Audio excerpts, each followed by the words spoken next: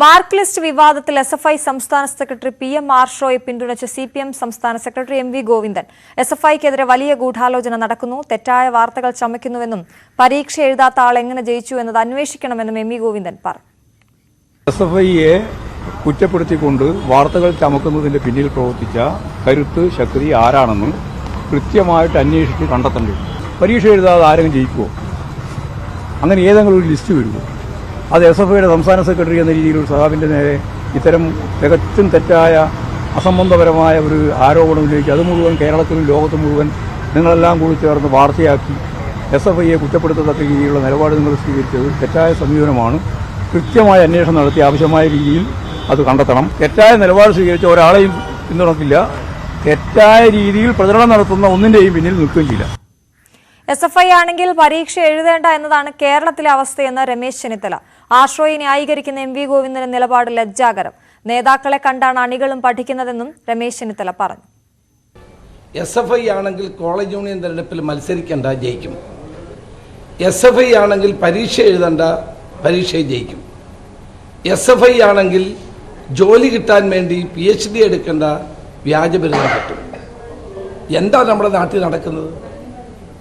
വിദ്യാവിജയന്മാർക്കും വീണാ വിജയന്മാർക്കും മാത്രമേ കേരളത്തിൽ രക്ഷയുള്ളൂ എന്ന നിലയിലാണ് കാര്യങ്ങൾ പോകുന്നത്. എവിടേക്കാണ് കേരളം പോകുന്നത്? ഗോവിന്ദൻ മാഷെ പോലുള്ള ഒരാൾ പോലും ഇതിനെ ന്യായീകരിക്കുന്ന ലജ്ജാകരമാണ്. തലകുനിക്കേണ്ടി വരും. ഇങ്ങനെ ചെയ്ത ആളുകളുടെ പേരിൽ നടപടിയെടുക്കാതെ ഇവരെയൊക്കെ വ്യാജ ഡിഗ്രിക്കാരെ പ്രൊട്ടക്ട് ചെയ്യുന്നു. എസ്എഫ്ഐക്കും ഡിവൈഎഫ്ഐക്കും എന്തുമാകാമെന്നായെന്ന് K. സുരേന്ദ്രൻ. പരീക്ഷ എഴുതാതെ SFIക്കാർ പാസ്സാകുന്നു. നേതാക്കൾ ഉളുപ്പില്ലാതെ പറയുന്നത് സാങ്കേതിക പിഴവെന്നാണ്. SFIയെ വെള്ളപൂശാനാണ് നേതാക്കൾ ശ്രമിക്കുന്നതെന്നും K. സുരേന്ദ്രൻ പറഞ്ഞു. SFIക്കാർക്കും ഡിവൈഎഫ്ഐക്കാർക്കും ഇവിടെ എന്തുമാവാമെന്നുള്ള സ്ഥിതിയാണ്. അവർ പരീക്ഷ എഴുതണ്ട, അവർ മത്സരിക്കണ്ട, അവർക്ക് എല്ലാ സ്ഥാനവും വെള്ളിത്തളികയിൽ വെച്ച് സംസ്ഥാന ഗവൺമെന്റും സർവകലാശാലയും കോളേജ് അധികാരികളും എല്ലാം കൊണ്ടുകൊടുക്കുകയാണ്. പിന്നെ എന്തിനാണ് ഇവിടെ ഭരണം? ഉന്നത വിദ്യാഭ്യാസ മേഖലയിൽ വഷളായ സ്ഥിതിയെന്ന് മുസ്ലിം ലീഗ് ജനറൽ സെക്രട്ടറി PMA സലാം. എന്ത് തോന്നിയാസവും ചെയ്യാമെന്ന സ്ഥിതിയാണെന്നും PMA സലാം.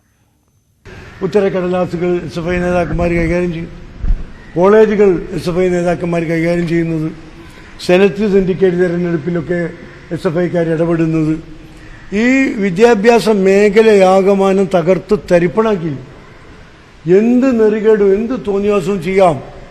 പരീക്ഷ എഴുതാത്ത ഒരാളാണ് പരീക്ഷ എഴുതി ജയിച്ചു എന്ന് യൂണിവേഴ്സിറ്റിയിൽ നിന്ന് റിപ്പോർട്ട് കിട്ടുന്നത്, സർട്ടിഫിക്കറ്റ് കിട്ടുന്നത്. നമ്മളെ വിദ്യാഭ്യാസത്തിന് എന്ത് നിലവാരമുള്ളത്? കേരളത്തിലെ സർവകലാശാലകളിൽ നിന്ന് കിട്ടുന്ന സർട്ടിഫിക്കറ്റുകൾ ലോകം അംഗീകരിക്കാത്ത ഒരു സ്ഥിതിയിലേക്കാണ് ഇത് പോകുന്നത്.